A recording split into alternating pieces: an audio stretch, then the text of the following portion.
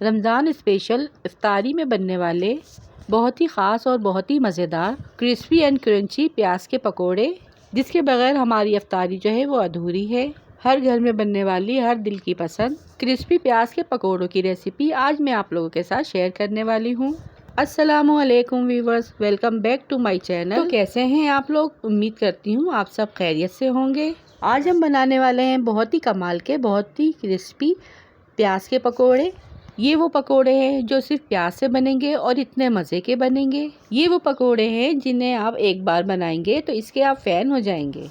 अक्सर लोगों के पकोड़े सॉफ्ट क्यों हो जाते हैं और क्रंची क्यों नहीं बनते? कौन सी ऐसी गलती करते हैं जिससे पकोड़े कच्चे रह जाते हैं और जल जाते हैं? आज जो मैं आप लोगों के साथ प्याज के पकोड़ों की रेसिपी शेयर करने वाली हूँ वो बिल्कुल परफेक्ट रेसिपी है। रमज़ान की ये खास रेसिपी है जिसे बनाना बहुत ही आसान है। तो आइए इस आसान और मज़ेदार सी रेसिपी को बनाना स्टार्ट करते हैं। इससे पहले अगर आप लोग मेरे चैनल पर नए हैं तो मेरे चैनल को जल्दी से सब्सक्राइब कर लें और बेल के बटन को भी प्रेस कर दें, जिससे मेरी हर आने वाली नई वीडियो सबसे पहले आप तक पहुंच सके।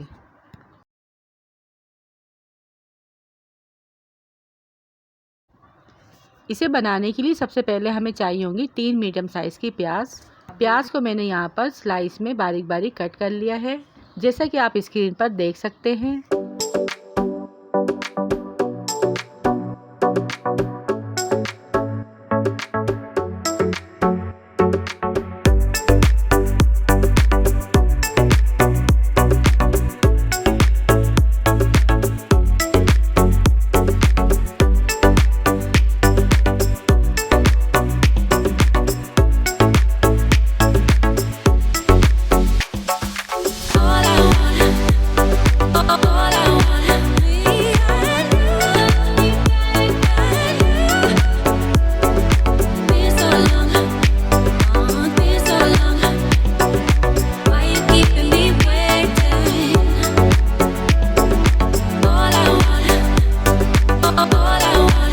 फिर इन सारी प्याज को हम एक बोल में ऐड कर देंगे। फिर हाथों की मदद से प्याज को अच्छे से मसल लेंगे ताकि प्याज अलग अलग हो जाए। फिर इसमें हम कुछ स्पाइसेस ऐड करेंगे। 1 टेबलस्पून नमक, हाफ टी स्पून अजवाइन, 1 टेबलस्पून कुटा हुआ धनिया, 1 टीस्पून जीरा, 1 टीस्पून लहसुन पाउडर, 1 टीस्पून कुटी लाल मिर्च, 1 टीस्पून पिसी लाल मिर्च, हाफ टी स्पून हल्दी। बस यही वो मसाले हैं जो हम इसमें ऐड करेंगे। 2 हरी मिर्चें जिसे मैंने बारीक बारीक कट कर लिया है वो ऐड करेंगे और 2 टेबलस्पून चावल का आटा ऐड करेंगे ताकि ये पकोड़े बहुत ही क्रंची और क्रिस्पी बने।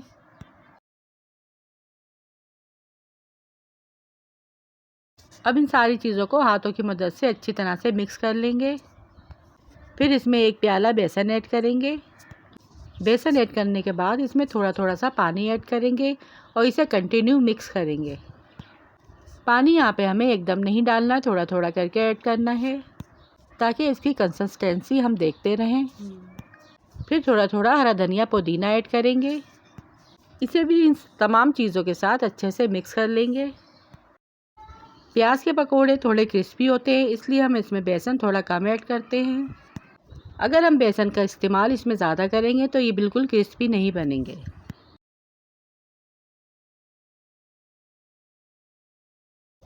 अब यहाँ पे 4 पिंच मीठा सोडा ऐड करेंगे।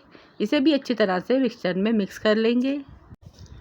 मिक्सचर देखिए यहाँ पे इतना गाढ़ा होना चाहिए, जब इसे हम गरम तेल में डालें तो ये बिखरे नहीं।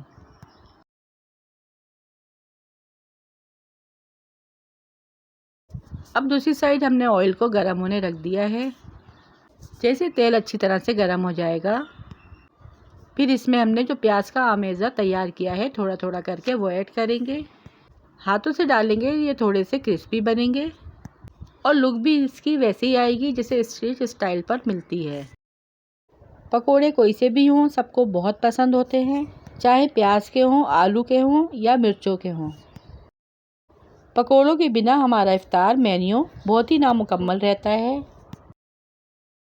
दोनों साइड से इसे क्रिस्पी सा फ्राई कर लेंगे और जब इनमें गोल्डन सा कलर आ जाए, आप इन्हें अपने कलर के हिसाब से फ्राई कर लें, जैसा कलर आप चाहते हैं।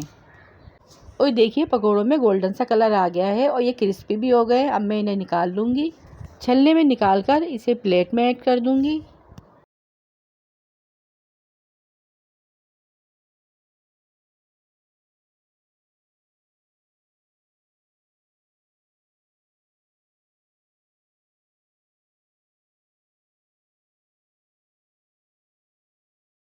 बाकी बचे हुए बैटर से भी इसी तरह से हम बाकी बचे हुए पकोड़े भी रेडी कर लेंगे।